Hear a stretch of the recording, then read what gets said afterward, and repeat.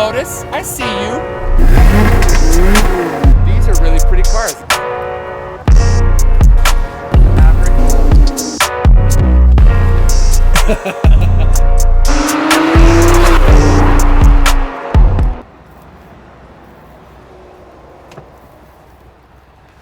Oh, hey. What's up, guys? Guess what we're doing today? We're gonna be test driving a couple of epically cool cars. They are like diametrically opposed, okay? One is not like the other, but we are here with my friends at Lamborghini and Bentley and Salt Lake City Motorcars. We're gonna be hanging out with Travis. He's gonna walk us through a couple of really cool car options we have that we're looking at. So you guys, guess what though? I feel like I only take the Pagani out in bad weather these days because we're here in Utah in the spring, but this is the perfect car. I still have the snow tires on it. Like, look at this BMW right behind us. There's literally snow on the windshield right there. Yeah, let's go. Follow me, we have to be very quiet. Hey, listen. I am infatuated with this actual car, the white over red interior. This is the Bentley GTC Speed. It's a twin turbo V12 with like 8 billion horsepower. I think it is one of the sexiest cars like made out there. It's such a good looking vehicle. I wonder if I should buy it. Like, let's put that on the back burner. So listen, today we are gonna be driving the Lotus Emira. Not the Avaya. I wish we had one here. Yeah, when are you guys gonna get one of those then? When you buy one. Okay, let's go. We're gonna go drive the Lotus Emira, and tell us just really quick about this car. So this is basically the replacement car from the Evora GT. It is a 3.5 V6 supercharged 400 horsepower car. Jeez. It's light, it's nimble, it's a manual transmission. It's the last of the ICE car for Lotus, so internal combustion engine. So a lot of guys are grabbing these cars because for just over $100,000, it's a riot to drive. So for $100 grand, it's rear wheel drive. Yep. It's manual transmission. Correct. It's 400 horsepower? Correct. Jeez. I have a confession to make. I have never before driven a Lotus. This is my very first time ever driving a car from the manufacturer, from Lotus. And I'm actually really excited. Check this thing out. This is gonna be the blue one that we're gonna be driving. Look at these yellow calipers. I mean, this is a really pretty spec of this car. I mean, they're like teeny tiny. Actually, are they teeny? They look tiny, but then when you actually get it next to this big, huge M3, maybe they're not as small as I actually think they are. Do you see they're this? slimmer. They're pretty tiny. They're tiny cars, right? Like they're little two-seater cars. They're definitely not as long as the M3. M3s have turned into basically what M5s were once upon a time. They're like big and heavy and high horsepower and whatever. And they have that butt ugly grill on the front of them. But these are really pretty cars. This is a pretty design. Check this out. Here's the little key fob. Let's It's see the here. Lotus key fob.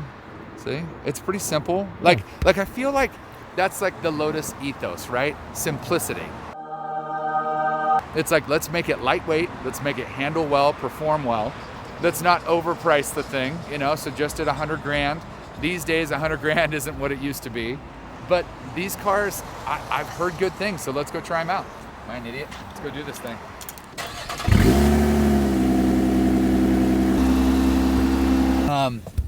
I mean, I'm 6'3", and I have enough headroom. It would be tight, I think, with a helmet on, like if we were bombing around at the track, Let's see. Again, the whole thing's fairly simple. I'm gonna hit auto here, then I'm gonna hit high just because it's freezing cold outside right now. It is very simple. Like the simplicity of the car is actually refreshing, especially given that so many cars nowadays have buttons freaking everywhere. Really, really annoying. I think a lot of these car manufacturers have taken their cue from like a Tesla or some of these other EV, people where there's just like 3 buttons and then this whole big screen up here. This is a decent sized screen for such a small car. So the Lotus Emira, what does that say? This is the first edition. How many editions do they have?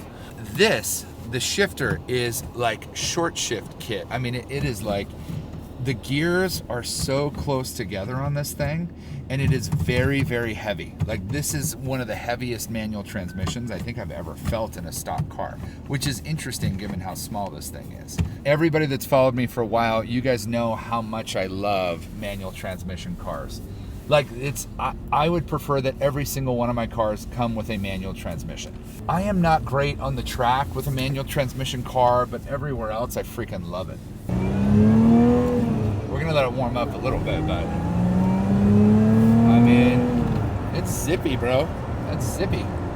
You can hear that supercharger whine, which actually sounds sick. I like it. So if we downshift, hit it. Okay. All right. I see you, Lotus. I see you. This is not bad, dude. The steering is actually pretty heavy. I wonder if this is adjustable. But the steering has a big, solid feel to it. Like it's fascinating. This stick shift. I wonder. So I'm gonna play with some of the drive modes here. I'm gonna scoot this. I'm trying to find the right seating position, by the way, and it's like. It's gonna take just a minute. Like torque down low, dude, it friggin' rips. It's been pouring all morning long. We're in rush hour traffic. I'm not sure we're gonna be able to actually open it up like all that well. Especially because I have PTSD from hydroplaning years ago and totaling my brand new 911 Turbo S in the rain. What a cool little car, man.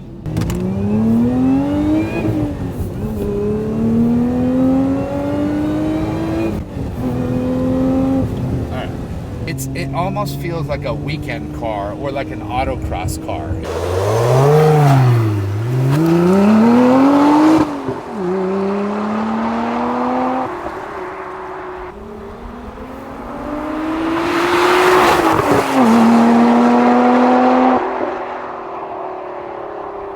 Oh my gosh.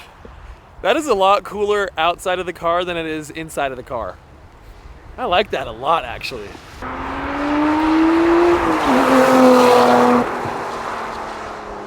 I think it's actually like 10 times better outside of the car than in the car.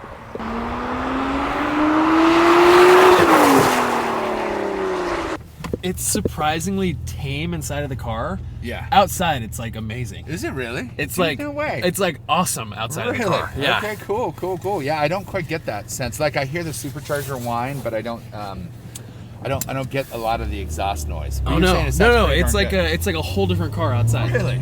It No sounds way. like really good. Is it like a pissed off It's like vacuum, or really, is it yeah, it's like a- super throaty. Really? Yeah. Okay. All right. It sounds sick. Dude, it was ripping, man. Yeah. It was ripping. I did 35 miles per hour on this road. So you can actually see the shift linkage underneath here through that vented screen, which is actually kind of a cool touch. Like most people cover that up. Pagani, there's a few other manufacturers that actually let that breathe a little bit. Spiker, I think, was one of the very first groups, at least in modern times, to let you see the shift linkage as you shift, which is really cool because usually this is like entirely boxed in, like wholly enclosed. And it's small, like the turning radius, you turn inside of like 2 lanes. Like the Pagani this morning, I had 3.5 lanes to make a U-turn. That one right there, Yeah. I barely made it. Barely, I know, barely. yeah. It's the Pagani is worst horrible. turning radius known to mankind.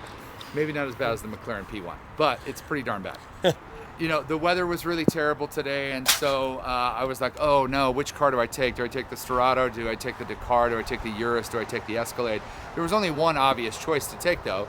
That's my Pagani Huayra Roadster Tempesta package, of course, because it's terrible weather, so you got to drive the best car for those conditions, right? So we just got done driving the bone stock Lotus Emira, but now we've been offered a chance to drive one that has a cat delete on it, okay? So we're not sure who did this. It was like the first owner or something like that. But they've got the car now, and they're like, hey, you got to hear how this thing sounds without the cats. So let's go check it out. Like a bunch of snow. Ready? Here, I'm going to see if I can hit the Pagani. Ready? Oh, right through the wheel.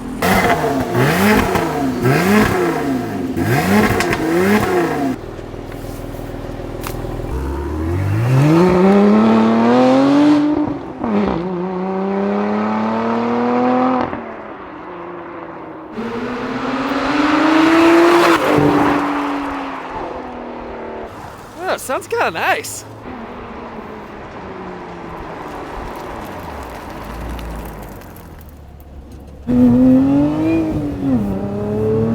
Yeah. So I'm excited to see what Lotus has in the future, because if this, at least the driving dynamics, if this is the future of Lotus, they've got a bright future ahead.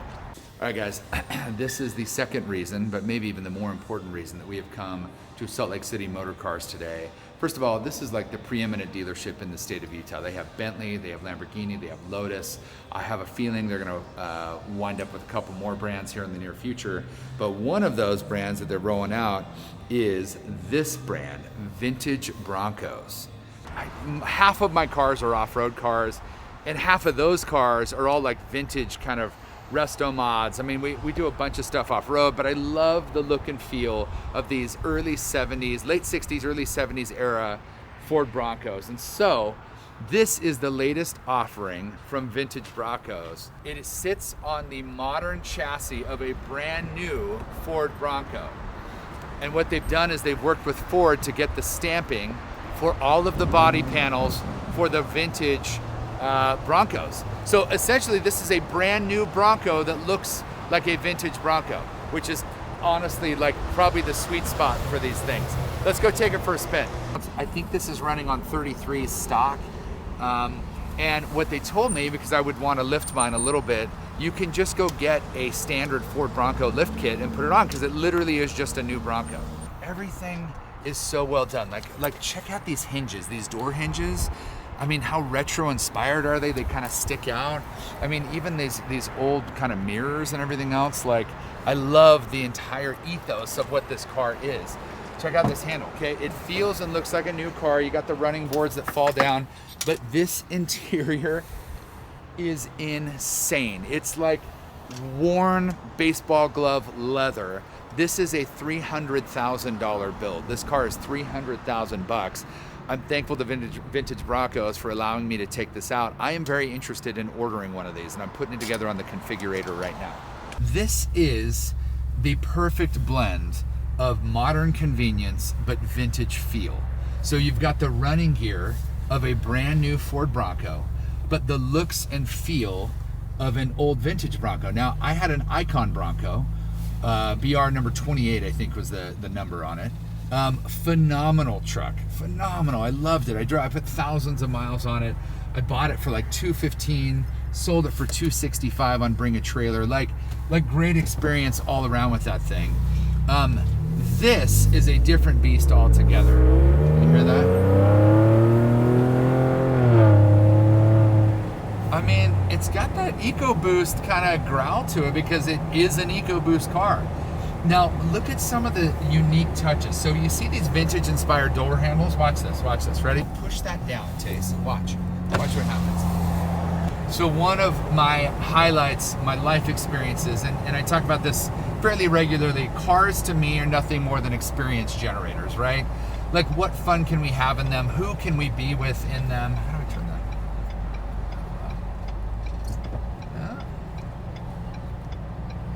Yeah. How to turn that? The left side, very, very left of that. Is it left of Very, very left knob. Is it? Oh, There. we go. Okay. Actually, I'm not sure if this is custom to Vintage Broncos only, but the mile per hour gauge here looks like it came from a 1970s era Bronco.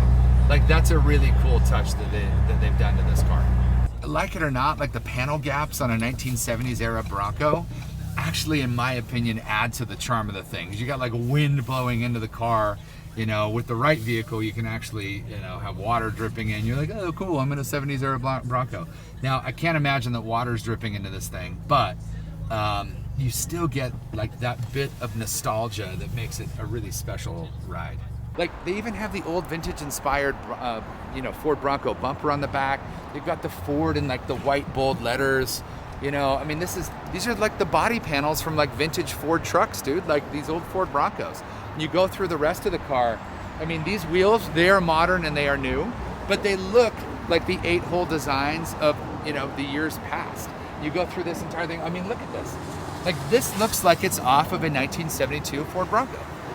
Even the handle, it's a little bit different because I think mine had a push button on it, but then the mirrors are retro inspired, the hinges, I mean, this big door badge, Vintage Broncos, and then you go to the front of the car. I mean, literally, this is non-distinguishable, really, to most people of a vintage era Bronco.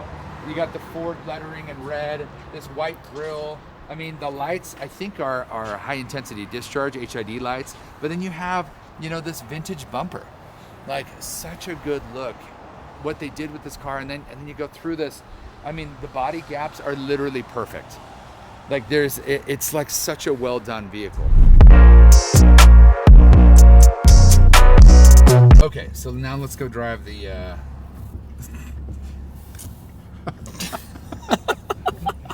content creators these days, dude.